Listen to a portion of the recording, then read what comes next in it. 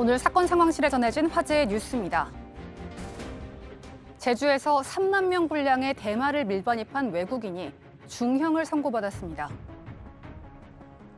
지난 6월 남아공에서 제주로 마약 밀반입을 시도한 남아공 국적의 외국인에게 징역 6년이 선고됐습니다. 당시 적발된 대마 20kg은 3만 명이 넘는 인원이 동시에 투약할 수 있는 양으로 시가 20억 원 상당이었는데요. 재판부는 대마의 양이 상당하고 유통 시 중대한 위험을 초래할 수 있어 무거운 처벌이 불가피하다고 양형 이유를 밝혔습니다. 한편 검찰은 국내 판매 책에 대해서도 수사를 진행했지만 검거하지 못한 것으로 알려졌습니다.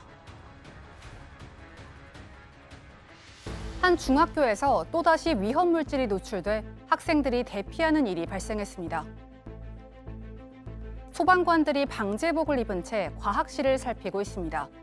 어제 오전 경북 안동의 한 중학교 과학실에서 학생들이 공놀이를 하던 중 포르말린 용기가 공에 맞으면서 1리터 분량의 포르말린이 누출된 건데요. 이 사고로 과학실에 있던 학생들을 비롯해 학생과 교사 61명이 목과 눈의 통증을 호소하며 병원에 이송됐습니다. 다행히 큰 증상 없이 치료를 받고 대부분 귀가 조치됐습니다.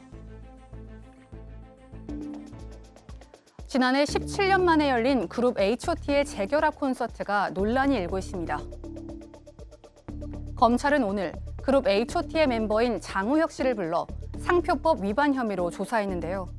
상표권을 소유한 전 소속사 대표는 지난해 10월에 개최된 콘서트에서 H.O.T 상표 등이 무단 사용됐다며 장우혁 씨와 주최사를 고발한 겁니다. 당시 주최사는 H.O.T를 풀어 쓴 하이파이브 오브 티네이저라는 이름으로 콘서트를 개최했는데요. 검찰은 오늘 오후부터 장우혁 씨와 전 소속사 대표의 대질 신문을 진행할 예정입니다. 혼자 사는 여성의 집에 침입해 여성을 감금, 폭행한 남성이 구속됐습니다. 지난 1일 밤 서울 관악구 신림동에서 원룸에 몰래 침입한 남성이 귀가한 여성을 30분간 감금, 폭행한 뒤 달아났습니다. 자신의 집에 숨어 있다가 경찰의 덜미가 잡힌 남성은 경찰 조사에 이어 어제 열린 영장실질심사에서도 혐의를 모두 부인했는데요. 하지만 법원은 20대 남성에 대해 도망과 증거인멸 우려 등의 이유로 구속영장을 발부했습니다. 지금까지 사건 상황실이었습니다.